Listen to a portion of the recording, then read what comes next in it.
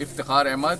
आप देख रहे हैं बिजनेस वर्ल्ड न्यूज़। मैं हूँ इस वक्त Bolton market artificial jewellery market में, और इस वक्त शानाए गुल प्लाजा के पास हिफाजती इक़दामात के तहत मुख्तलिफ मार्केटों में सिलेंडर तकसीम किए जा रहे हैं।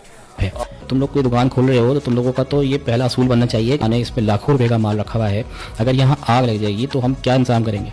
तुम लोगों को इस बात का कोई ख्याल है? हर दुकानदार को चाहिए कि भाई वो अपनी दुकान में बड़ा सा एक सिलेंडर ला के रखे कि अगर आग लगे तो वो फ़ौरन बुझाए। तुम लोग कोई दुकान खोल रहे हो तो तुम लोगों का तो ये पहला असूल बनना चाहिए। यानी इसमें लाखों रुपए का माल रखा हुआ है, अगर यहाँ आग लग जाएगी तो हम क्या इंतजाम करेंगे?